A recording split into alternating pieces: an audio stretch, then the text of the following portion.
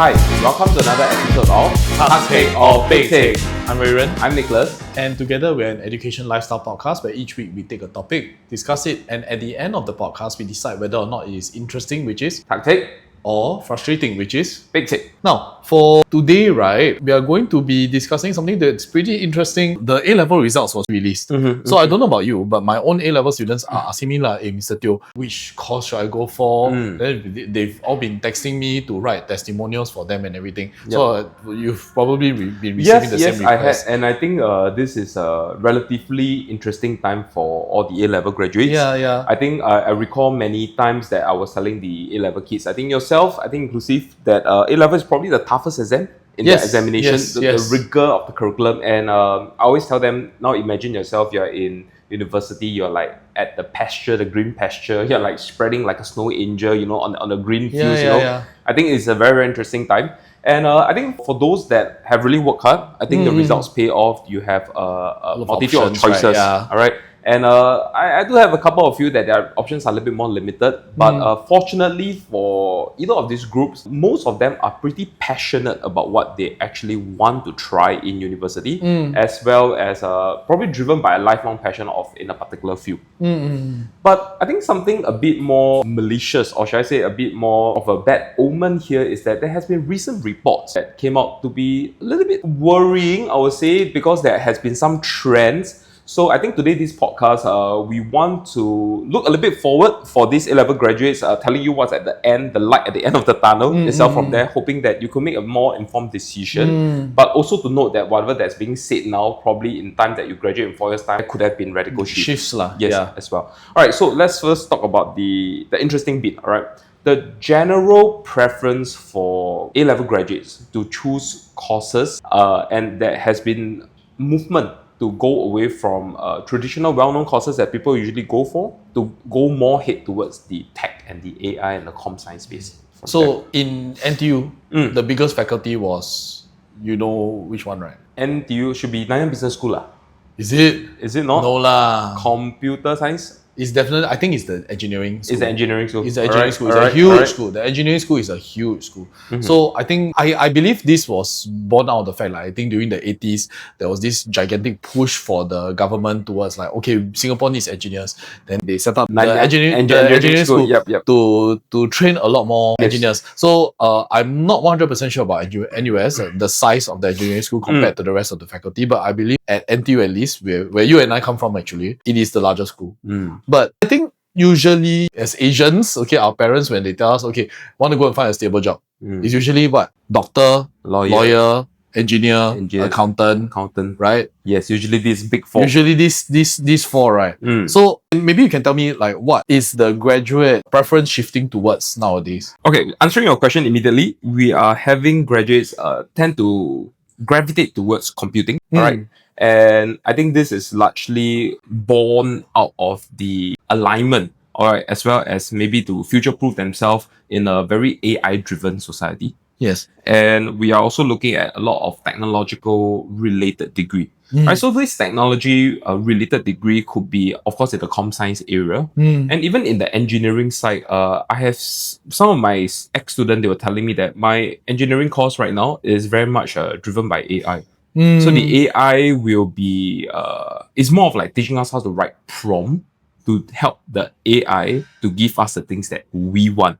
Yeah. You see? So the overall preference for tech courses now, I think, just to reiterate, is really, really very much catalyzed by the AI adoption of the world. It's really very, very fast. Right? To be honest, I think a couple of months ago, we have been talking about AI usage for teachers, you know, how it helps in their work. But I think now, yes, evolved into a much greater beast, all right, that there's much more application. And I feel rather than being a benefactor of AI, if you're not a piloting the AI movement, I think that your job opportunities itself is going to be much better. And because of there's a greater demand for this particular AI skill set, I think that's why everyone will think that they always say you sell umbrellas only when it rains, right? So in this case here now, there's a AI void that needs to be filled up. There's generally more people that's trying to do AI. But will you say that this is choice of moving over to tech and AI related is very much driven by the pay that is the wage, the expected wage that they can get? I generally think so, because I think of late, first of all, I just want to preface this as well. I don't think this is something that has been happening in the past, like say 1-2 years. Right? I think even from the time where we were in university, because everybody is shifting towards like app development, everything is becoming a lot more interconnected, internet-based and cloud-based. I think during our time, I think the buzzword was cloud computing. Yes. Right? Yes. So because of all of these pushes, right, I think we could start seeing the shift away from engineering courses, right, towards CS. Yes. CS So degrees. Just to back you up with some data, I graduated in 2014. I think you probably a couple of 2012. years. 2012. Yeah. So actually in 2019 survey, all right, NUS under the Faculty of Arts and Social Sciences, FASS. All right, so you remember I said people are shifting away? Yeah. They actually saw the faculty of 6,400 in 2019. That was the enrollment. But now in 2025, it has dwindled down to 4,000. So you're looking at maybe like a 30+% decrease from there. And I think, I mean, this is not just the shift away from engineering, right? This is even worse. This is a shift away from humanities and social sciences. Exactly. And I think humanities and social sciences, as an Asian society, they always say like, oh, what are you going to do? Like when you don't make money with this degree. You're not going to make money with this degree. You're going to end up flipping burgers and taking orders. So just to complement this data in SMU, all right, the total enrollment, and SMU as I know it, okay, at least for me, I feel it's a very business related kind of a school. Yes. But across 4 of its significant computing related degree program, right, it saw a rise from 1,999 students to 2,518. This was from the duration of 2021 to 2025, and this is roughly a 26% increase. I don't call this as a correlation, but even in this same period of time, enrollment in its computer science program, just the com science program, went from 246 to 569. It almost doubled. Yeah. And over time, all right, they have seen not just this growth. Let's talk about the oversubscription rate. So you want to make a wild guess, how many times oversubscribed is it for the course? Given that there's X number of seats, how many people are vying for the seat? I would say another 2 times. It's 6 times. It's a 6-time oversubscription. Okay. This much like HDB, you know, at the primary area, everyone trying to get it. So I think with this particular shift itself, that's why, coming back to my question, I wanted maybe to share with the viewers the wages outcome, and this is based off fresh. All right, so maybe you take us through engineering. How did the wage change from a period of 2023 all the way to 2025? Just for engineering. So for engineering, there's some statistics here. The source of which is the Joint Autonomous Universities Graduate Employment Survey. Yep. Okay, so the median gross monthly salary for full-time permanent employment 2023 is 4,400 all the way to 4,600 in 2025. Okay. So there's an increase. There's definitely an increase. It's a small increase. Okay, but if you want to compare this to tech, which is information and digital technology, right? So the median gross monthly salary has remained the same from 2023 all the way to 2025. Okay, but it's a whopping $5,500. Yes, so it's almost $900. Correct. We're not going to include medicine, law, and other things here for comparison. But I want to shed some light on art, design, and media. Yes. All right. So this probably is a very humanities-driven course itself. So 2023, we're looking at 3,700. All right. But all the way up to 2025, there was only an increment of less than $130. So now it's $3,840. So we don't have the empirical comparison in terms of the percentage increases, but I think information and digital sciences in the 2023, like you say, is a far leader in terms of the starting median wage. And just take note, this is median wage. So that means there will be people who earn higher. Yeah, it's an outlier. And there will be people who earn lesser. So I was think that the higher earners of information and digital tech probably will be way ahead of the highest earner in arts, design, and media itself. All right, but all these are for employment, so it doesn't really talk about those who are out there to start a business. You know, it's more you're gainfully employed from there.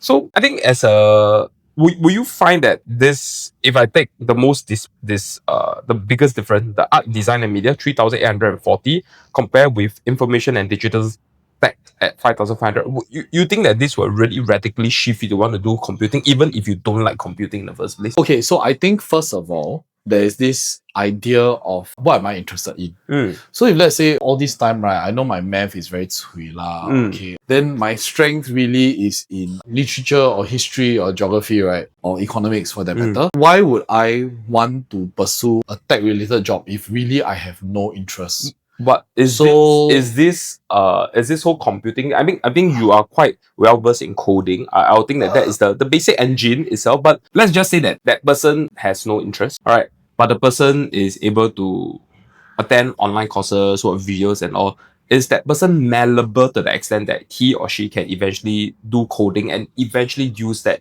as a way of making a living? I think it really depends from person to person, because I feel that the key skill for coding is really the thought process and how you employ whatever you learn to solve the specific problem that you have. So I feel that it's not just because you learn coding that doesn't make you. But who's the best teacher? Who's the best teacher now for you when you are seeing a coding problem? ChatGPT, right? AI, right? No, I use Stack Exchange, Stack Overflow. Okay, but Stack Overflow is from a lot of other programmers. They come in, they give time, but eventually, so AI just does the coding for me. But I must also spend the mental effort to go and check to make sure that is what I want. But if you compare this to 10 years ago, the whole load of writing, debugging, and checking is now going to be superseded by AI doing most of the heavy lifting for you. Yes, I will say that it's a little bit more time. Like time-wise, it doesn't take as much time to write just as much code. Okay. But at the end of the day, you still need to know how to code. Okay. So if I have zero experience, I embark on a course, no basic languages, some basic syntax, and then every time I need an issue, I don't even go to Stack Overflow. I just go to ChatGPT or any AI and just type in the prompt. Do you think they are a good teacher? I think it depends on how you ask the AI, though. Okay, so the prompt, right? You have to ask it, okay, where did I go wrong? Instead of find this bug for me or solve this problem for me. Right? In which case, if GPT just writes the code wholesale for you, then immediately you're not going to be learning anything. Okay. It's just like copying the answer and then Exactly. Okay, so I'm asking you this because I'm basically ambushing you. I have this A-level student. She's in the art faculty. Yeah. All right. Pretty decent for the A-level results. First thing I asked her, with your raw score of 86, pretty good lah. Pretty good yourself. I say, what are you going to do with it? I want to do computing. I was like, but you're in faculty of art and science and I mean, you're in the art stream. Then like, why do you do computing? The only relatable part for her is her H1 mathematics. That's the only thing I was like, but are you eligible? He said, yeah, I'm eligible. I went for open houses. They say, no worries, it's a raw score thing. So it brings me to this Chinese phrase. I always like to inject some Chinese idiom. It's like 铁棒磨成针, you know? It's like you just grind and you just hammer and you just make sure that it's basically you fake it till you make it, you know? So her main idea over here was that I need to go where the society needs me. Yes. So I feel that this decision from your A-level student hasn't been income driven. Yes. I feel that it's more needs driven, and then she has the foresight to see like, oh, okay, we are entering the digital age now. Yes. We're entering the AI age. Right? So I foresee that in future they will need programmers, they will need people who are very, very well versed in AI. So that is where they go lah. This particular student is practical in that sense. But practicality versus her interest. As long as I've taught her, I taught her since Sec 3, she has been a very artsy person. Right? Even getting her to do chemistry was very painful for her. Alright, but she grinded through it. She will just memorize, she will just execute. Alright, but now I feel like if you are now going to shape your entire lifestyle to suit a particular future niche, like probably you'll be earning big bucks, probably you will be highly in demand. You'll be happy, right? You'll be happy. Yeah. Okay, but this is not the context of today lah. So now we're talking about the money, the moolah, and not the happiness itself from there. So but I mean the thought process that is required of, say, a coder, I feel is not trained in H2 math. Even H1 or H2 math. The thought processes are different because it's more of logic, it's more of being able to be detail-oriented, like catching bugs, and then thinking through every single possible process. I want to add in a few more contrasting points over here. So while the tech job itself does seems to be where the demand is, just some really interesting angle here is that it does definitely pay more, right? Because of the demand. It seems more future-proof, but would you say is actually a good kind of a job security? So I think the rise of tech firm during the COVID, then there was massive hiring by Meta, Amazon at the time. But once the post-COVID came by, whereby the employment was not actually required for them because the output is actually, you don't need so much people, well, there was a huge wave of retrenchment. So way before this particular podcast, there has been cases of rise of tech firm in Singapore. Then they have very unfair dismissal of people. They will just like dismiss them. And I know there was a few iconic firms in Singapore whereby this actually leads to some problems with the whole tripartite, the employers, employees, and all. So the high turnover over here, all right, and also recently one of the very famous food delivery. I mean, you have the pink, the blue, as well as the green, right? The blue Deliveroo, all right, just also exceeded this scene. Yeah. And I feel like, well, there's a very good money to be made, but the volatility, all right, as well as the stability in this kind of tech job. And I think there's always this main fear that if you are piloting the AI, what if one day the AI is piloting you? Then don't need you already. So this got a bit of a Terminator feeling, the rise of the AI itself. I believe CNA recently came up with this article, this kid who actually, after finishing his O-levels, very inspired by his POA teacher to go and take up accounting. So after I think he finished his poly already, then now he's applying to uni, right? So he's like, oh, okay. Actually, I foresee that maybe AI in future is going to take over my job or a large portion of my job. Maybe if I become an accountant, perhaps I'll become obsolete. So actually, this is holding him off from going into like accountancy, right? So I think there are a few different aspects to this. You previously mentioned about the volatility of tech jobs as well, and I'm aware of all these tech SMEs that start up and then they fail. Yes. Right? Even though they have so much financial backing, they fail. So because I think up to now, this portion of this particular session, we did mention with regards to the general shift towards tech and AI. We provided some distinct data in terms of the wages and also of the take-up rate for art courses versus tech courses. So something interesting as a contrast over here is, if I look one more step further, do you know actually there are some quite discerning trends in terms of the employment, the employability of graduates able to secure employment after they graduate? So I have the good benefit of actually getting a job in, I would say, year 2, Sem 1, year 2, Sem 2. All right, and this has been my job since then. I mean, as a full-time tutor itself from that. But actually, there has been some very cautious sentiment now in terms of the hiring by employer, right? Because of the very rising uncertainty in economy as well as geopolitical. I think at this time of recording, there was a whole Iran war with the American as well as Israel. And I think economically itself, I think there has been news of tariff flying left, right, up, down. The imports and export tariff, and how a certain political leader will use tariff as a leverage to do political negotiation. So with all this in the background, right, inevitably, I think it affected the fresh grad job search. And I'm basing off a 2025 data. I mean, I don't have the 2026 data yet. So a few things over here. So if I talk about secure unemployment and not secure employment. All right, so secure employment is for people who are currently employed or for people who are employed but waiting to start their employment. All right, so using this particular tagline, the secure employment in 2023 was a 92.9%. So we are looking at roughly pretty much 9 out of 10 have a secured employment, and this is within 6 months of graduation. All right, so 2024, it dropped down by around 1.7%, so giving us 91.2%. But this is the worrying. In 2025, it went down even to 88.9%. All right, and this is the particular group of graduates that started to have more shift into the tech and the AI space. So while there is a demand, it doesn't really necessitate employment. You know what I'm trying to get from there. So for those who have not secured employment itself, it's just going to be the opposite. It's actually a rising from 7.1% from 2023 to 11.1% in 2025. Things are actually going up. So I want to talk about this not secure employment because there are a few groups over here. So they received but rejected full-time job offers. This group of people stays around 2%. All right, pretty small percentage.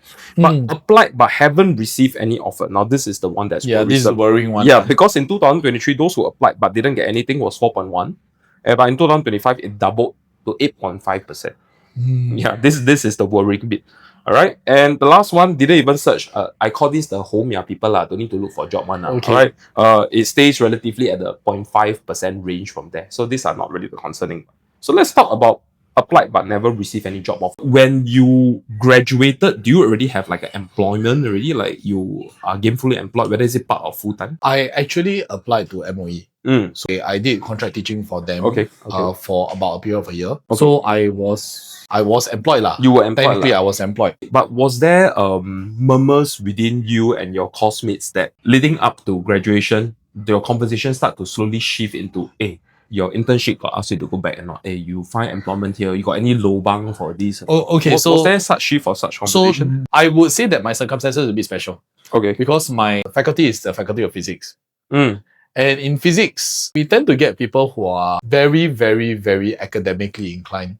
And the fact of the matter is, so for all you listeners out there, if any of you are thinking of taking physics, right, please do not take physics. If you want to get employed, right, please do not take physics. Oh, okay. Okay, if you want to get a job. Okay. So I remember going for the job fair and then opening up the booklet, right, to see which firm exactly wanted physics, right? Don't have. Don't have. Don't have. Oh. Nothing. Only those jobs that take general degree. Then they're okay with but physics. they won't write the word physics. Yeah, they are. Yeah. So no places want physics. So the people that go into the physics faculty, there are a few different people. There are people who are genuinely interested in physics, super duper interested. In which case they're super duper smart. And in which case they will typically continue their in academia. Yeah, they're in academia. And then after that, there are people who just are going to be teachers. Right? Or eventually what happens is that they switch out to engineering. They further their studies, but they get a master's in engineering or some other field, mathematics, economics, instead of physics. Right? So most of my friends, they're either in academia or then they're teaching or they're not doing physics anymore. Right? So that was something special. So to answer your question, during year 4, the question was more of, are you going to do your postgrad?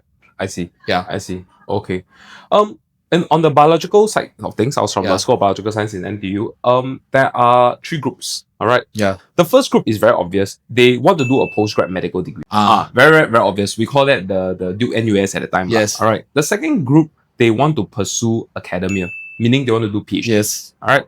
The third group are the one that's worrisome. All right, because they know that I've exhausted my interest in bio. There's always this side thought, I don't want to watch that tube. All right, then I'm going to do teaching. Okay. So there's however a fourth group. Now the fourth group is when I talk to my friends, this fourth group are very rare. There are people that are very, very smart by themselves, but this fourth group are headhunted. You want to make a wild guess, which industry will headhunt them? The pharmaceutical, is it? Wrong. It's totally not bio-related. But this fourth group who got headhunted, they will instantaneously take the job. Is it the finance industry? It's the finance, correct. Yeah. And they are headhunted as financial analysts. Yeah. So in physics also, the analytical mind itself from there, right? Yes. So I think because they will think that if bio or physics is such a tedious, heavy lifting course and you can adapt to it, right? Then with the finance data that I pass on to you, right, you can use that particular skill set and learn from that. Yeah. All right, anyway, coming back towards here, I think the worrisome trend here is that we are probably looking at this particular term called a K-shaped economy. Yes. So in a K-shaped economy, I want you to imagine not really like the letter K in a vertical manner, but in a horizontal manner. Yeah. A K-shape. So it's like a sort of like a reverse bell curve like that. Yeah. All right. The top tier are really thriving. So the top 5%, they are really earning big bucks, be it in AI, tech, IB, international banking, or whatever. They are thriving and they will always thrive. But it's the middle portion that is always compressed with very stagnant wage, that every year you don't know whether your wage increment is it combating inflation or is it not combating inflation. And then at the bottom tier, all right, these are the people that will still struggle with job insecurity. All right, so they are doing loose jobs, all right, and they don't know whether tomorrow do they still have that particular job. Usually more freelancing from there. So I think with respect to the whole unemployment part, it's really going to be, number one, you have difficulty getting employed. And if you do really get employed, you probably will be squeezed in the middle, whereby your wage will be stagnant and you're always, with the threat of AI taking over your job. So just before I was coming for this particular session of podcast, I was talking to my spouse. I was just very concerned, all right, to what extent AI will really take over us. And there was this interesting video, maybe we'll provide the link in the show notes later, of a robot. All right, so this robot itself was it was coded by basically a programmer, but the robot clean toilet. So we were thinking that menial tasks, all right, manual labor, we will still probably get people to clean, but this robot clean toilet super well. All right, so we will go in, scan the room, it will do the flushing, the spraying, the sanitizing, the soaping, everything. So I'll put the links in the show notes. Is it a humanoid robot? It's a humanoid robot. It looks bipedal and then got hair. No, not bipedal. It looks like the Hai Di Lao robot that goes around to serve like the food. Okay, yeah, okay. But from its internal, there's like all the little holes and all that's coming out. Okay. So if even traditional blue collar job can be taken over by AI powered robots, right? Yeah. So I think this is a fearsome part. The middle portion will always feel like they're being squeezed off. Yeah. Because the top tier job, I think that there is still a certain premium that's being paid to top tier jobs. So I think medicine itself could be, if finally medicine is being breached, that is really robots that's doing all the consultations and operation. I was just telling my spouse, I think that this is very likable because doctors are subjected to fatigue. So if you're doing like a graveyard shift and an emergency case come in, right? So if you're tired, then how? So there was this recent article that came out, I think probably like one day before this podcast, of a doctor that got his license suspended because he cut artery instead of a vein, causing the death of a patient. So if a robot was the one that's doing the surgery and all, I think that if they were to do a miscut, I think the triad should be very fast. Just as a closing topic over here, all right, so if we take away the gloominess of the unemployment market of people that's sending and not getting their job offer, will you tell your child, hey, follow your passion, just do what you want in uni, then later when you come out to the job market, you do what the society wants? Will you prescribe to that particular kind of saying, or you say like, no, you go and do what the market wants, and then that should be your uni trajectory? I think for me right now, it's a bit hard to say. But if you're asking me what I will advise my child right now, I suppose I will try to get my kid to balance between the two. Between the what you want and what you want, yes, and what society wants. Okay. Right. If you were to give an analogy, how will you have balanced it? If let's say my kid's passion or interest lies towards, for example, the tech industry like coding, I will definitely push him towards that direction. But if let's say for some reason my kid's passion doesn't lie in that direction, I will encourage him to explore other things that will help him give society what they want. Okay. Yeah. Okay. I think there will always be demand for certain fields. For example, dance, dance teachers, dance studios. All right. So if let's say my son or my daughter likes to do like dance, for example, can always set up a dance studio. All right. So there will be some things which are not tech related that my children can definitely pursue as well. Yeah. What would you? I think when you talk about dance, it's a very good preamble to what I'm going to say next. My older girl, all right, she's very passionate in singing and dancing. All right, so you give her any random tune on the street, you start to dance to it. Is it a very employable trait? Is it something that society wants? Is it a money making kind of thing? To be honest, K-pop. People want K-pop stars, but then the trouble is when you send your daughter to like a K-pop boot camp or training, right? It's going to be a lot of money. A lot of money as well. So I feel like this is a very sad topic to talk about because I think you stifle a kid's interest in something in return of having an economical gain in the future. And when they really finally want to pursue it, maybe you don't have the vigor, you don't have the vitality to pursue it anymore. So I mean, unless I have an unexpected windfall, all right, if there's money to sustain her passion, then I will definitely tell her that you can still do whatever you're passionate about. But in terms of making a living, I will tell you, I will inform you, but I will not force her to take a particular narrative. So I think as us parents, we want to give our kids choices. Rather than tell them you can only do things like that. I mean, I feel that there's always a way out. No matter what your interest is, there is always going to be some sector that requires some work to be done. And I recall from my ex-employer, he told me at that time that when he was in com science, it was a very unsexy course. No one wants to do it. So I think this also maybe as a very big parabolic correlation. I'm thinking that I think job markets are very cyclical. You know, there's always a shift that when you're in a very tech-heavy place, then eventually people want to cycle back to do more retro, more vintage, and as a way of going back to live back life. So, I think so with regards to today's topic, all right, we talk about the general choices of certain courses. We talk about the starting wage of certain courses, and we also talk about the unemployment rates. So, how do you think about today's topic? Take or take?